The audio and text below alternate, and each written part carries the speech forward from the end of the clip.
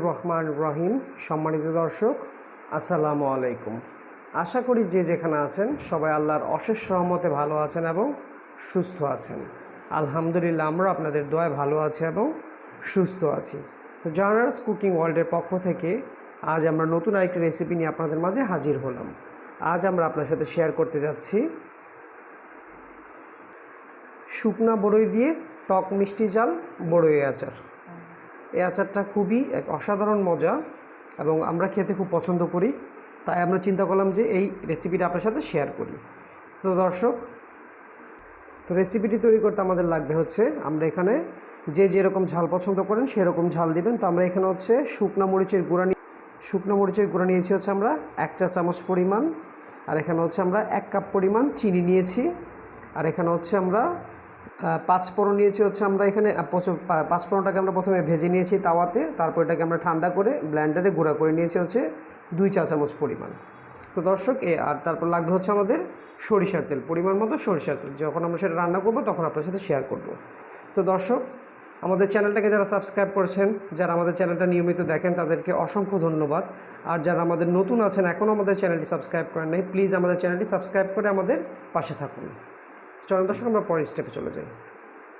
দ্বিতীয় স্টেপ, আমরা চুলায় চলে আসলাম, একটি ফ্রাই প্যান বসিয়ে দিলাম। ফ্রাই প্যানটা গরম হলে আমরা দিয়ে দেবো হচ্ছে সরিষার তেল পরিমাণ মতো। বিসমিল্লাহির রহমানির রহিম। আমরা সরিষার তেল দিয়ে নিলাম। সরিষার তেলটা একটু গরম হতে দিব। তারপর হচ্ছে আমরা সামান্য পরিমাণ হচ্ছে গোটা 5 ফোড়ন, 3 আঙ্গুলে যে পরিমাণ জায়গা নেই ঠিক সেরকম পরিমাণ আমরা গোটা 5 ফোড়ন দিয়ে দিলাম। দর্শক, আশা করছি ধৈর্য ধরে আমাদের সম্পূর্ণ ভিডিওটি দেখবেন। ভিডিওটি যদি ভালো লাগে অবশ্যই একটি লাইক এবং একটি কমেন্টস এবং বেশি বেশি করে সাবস্ক্রাইব করতে ভুলবেন না। 2-4 মিনিট দেওয়ার পর হচ্ছে আমরা যে বড়িগুলি রেখেছিলাম সেই বড়িগুলো আমরা দিয়ে দিব। আমরা সবগুলি বড়ি দেওয়ার পর একটু হালকাভাবে ভালো করে একটু নাড়াচাড়া করে যাতে সবগুলি তেল মশলা ভালো মতো লাগে, বড়িটাকে একটু আমরা নেড়ে ছেড়ে নাড়াচাড়া করতে থাকবো বড়িগুলিকে।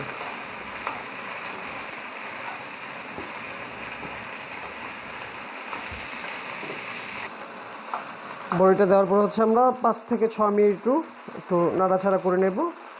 নাড়াচাড়া করার পর এখন আমরা দিয়ে দেবো হচ্ছে চিনি। তো আমরা এখানে চিনি ব্যবহার করেছি। কেউ যদি চান যে চিনি দিবেন না, তো গুড় দিতে চান, সেক্ষেত্রে আপনারা চিনির বদলে গুড় দিতে পারেন।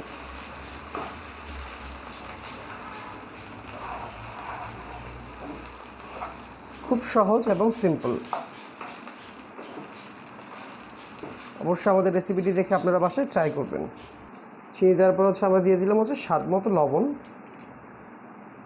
লবণটা একটু বুঝে শুনে দিবেন, একটু মিষ্টি আচার, একটু প্রথমে একটু অল্প করে দিবেন, একসাথে বেশি করে দিবেন না। সব চিনি দেওয়ার পর একটু সামান্য দেখেন চিনিটা গলে পানির মতো হয়ে গেছে, মানে একটু পানি ছাড়ছে। তো যেহেতু আমরা বড়িটা ধুয়ে নিয়েছিলাম, তো এখন আমরা দিয়ে দিচ্ছি ওটাতে হচ্ছে শুকনো মরিচের যে গুঁড়াগুলি আছে সেই শুকনো মরিচের গুঁড়োটা দিয়ে দিলাম।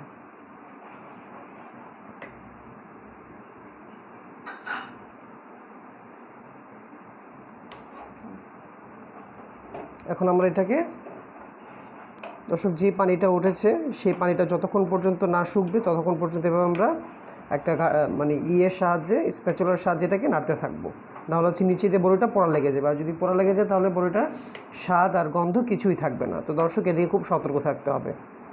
আসলাম হচ্ছে আমরা 10 মিনিট পরে। তো এখন আমরা দিয়ে দিব হচ্ছে আমাদের যে মশলাটা আছে 5 ফোড়ন, সেটা আমরা দিয়ে দেবো।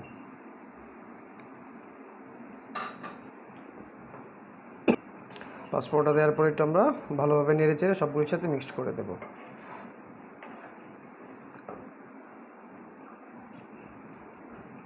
তো দর্শক, আমাদের এটা প্রায় হয়ে আসছে, আর 5 থেকে 10 মিনিটের মতো লাগবে। তো ফিরছি কিছুক্ষণ পরে। একটা হচ্ছে ছোটো টিপস দেওয়ার জন্য আমরা ফিরে আসলাম। যখন নামাবেন, নামানোর ঠিক 4-5 মিনিট আগে ঠিক যেরকম করে বড়িগুলিকে ফাটাতে হবে। কারণ ফাটালে যে মশলাগুলি আছে সম্পূর্ণ মশলাগুলি বড়ির ভেতরে ঢুকলে তাহলে বড়ির টেস্টটা আরও বেড়ে যাবে। ঠিক এরকম করে প্রতিটা কোনায় প্রতিটা জায়গায় এরকম করে যাতে বড়িগুলি ফেটে যায়।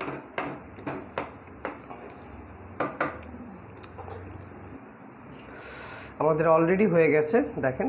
তো আমরা চলেন আপনারা একবার পরিবেশন করে দেখাই। দর্শক, তৈরি হয়ে গেছে আমাদের শুকনা বড়ির টক মিষ্টি ঝাল আচার। দর্শক, কাছ থেকে দেখাচ্ছি, দেখেন মাশাআল্লাহ কি সুন্দর কালারটা হয়েছে, খুব লোভনীয় লাগছে। দর্শক, কেমন হলো আমাদের আজকের রেসিপিটি অবশ্যই কমেন্টস করে জানাতে ভুলবেন না। আর আমাদের চ্যানেলে যদি কেউ নতুন হন অবশ্যই সাবস্ক্রাইব করে পাশে বেল আইকনটা চেপে আমাদের পাশে থাকবেন। দর্শক, আজ এই পর্যন্ত। সবাই ভালো থাকবেন, সুস্থ থাকবেন। সবাইকে আসসালামু আলাইকুম।